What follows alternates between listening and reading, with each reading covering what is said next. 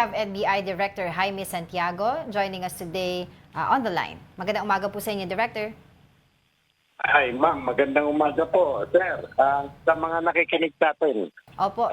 Sir, tanong ko lang po, what prompted the NBI to open po itong investigation dito po sa naging content na pinost ni Jenny? Meron po bang nag-complain or nasa radar nyo na po yung mga ganitong klaseng posts?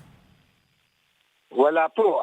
Napunanap namin, nating lahat, na rampant na. Sobra na ang mga fake news, yung mga content creator na makapag-create lang ay nagbibigay na sila ng mga maling pahayag sa ating mamamayan na nakaka-create nga ng confusion sa atin. Ganun po. Ito pong post ni Jenny, no? Ano po ang kaso na maari pong isampa dito dahil sa ginawa niya? Violation ng Article 154, illegal unlawful use of means of publication in relation to cybercrime. Ganun po.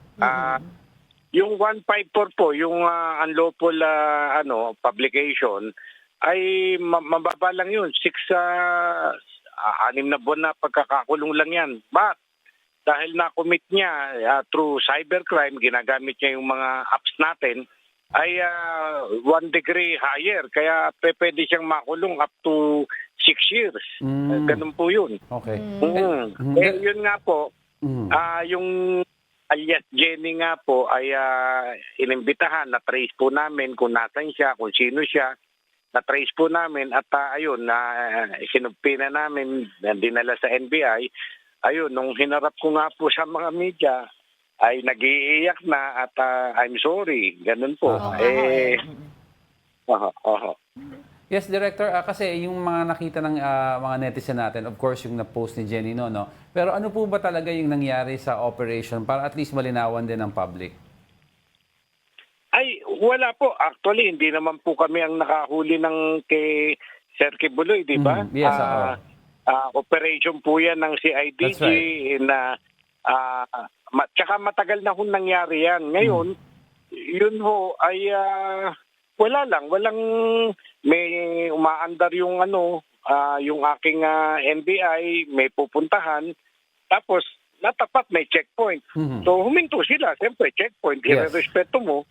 O nung malaman naman ng PNP na NBI yung sakay, wala lang, di lakad na. Ginawa nila ng istorya na nag-aagawan daw sa 10 million bounty. Jesus Mariosep po. Nabanggit nyo nga po na nag-iiyak nga po itong si Jenny at nag-apologize po siya. At nakita rin po natin ito sa mga reports. Sinabi po niya ang dahilan sa kanyang pag-post nito ay para makakuha ng likes and shares. With that po, itutuloy na po talaga natin yung kaso sa kanya. Hindi po natin siya pagbibigyan.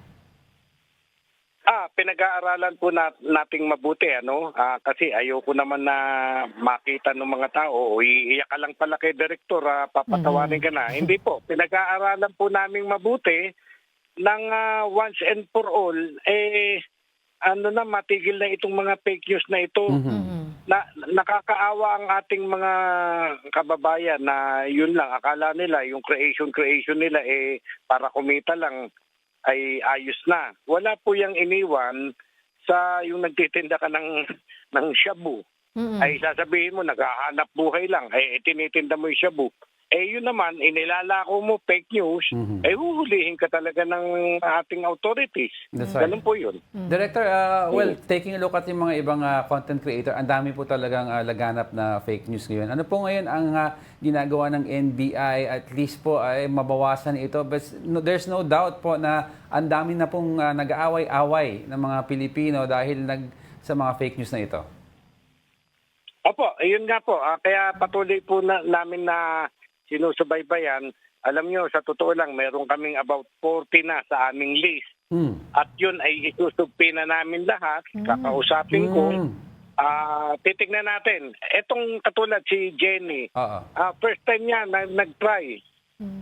Single mother, may anak na pinapalaki para kumita lang daw at wala siyang hanap buhay. So tinitignan natin yung mga ganong aspeto. Okay.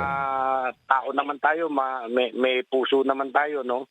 Titignan po natin. Pero yung iba na talagang ginawa ng hanap buhay yan at yun ang sasawatain natin, sir. Ayan, para Director para malinaw, may tinitignan po kayong 40 na possible na issue ng subpoena. Tama po ba yon? Yes. Opo. 40 po, 40. Yes, 40. Dito po sa 40 na to, At least, ito to sa 40 na po ito, meron po ba tayong mga known personalities, known influencers na makakasama? Meron po. Meron po. Wala po tayong sisinuhin at papakita natin na pantay-pantay. Parehas po ang ating pag-iimbestiga diyan sa kaso na yan. Mapa pro DDS, mapa pro BBM ay susumpinahan po natin pagka mali ang kanilang ginagawa. Alright, maraming salamat po sa inyong oras. That was NBI Director Jaime Santiago. Thank you so much, sir.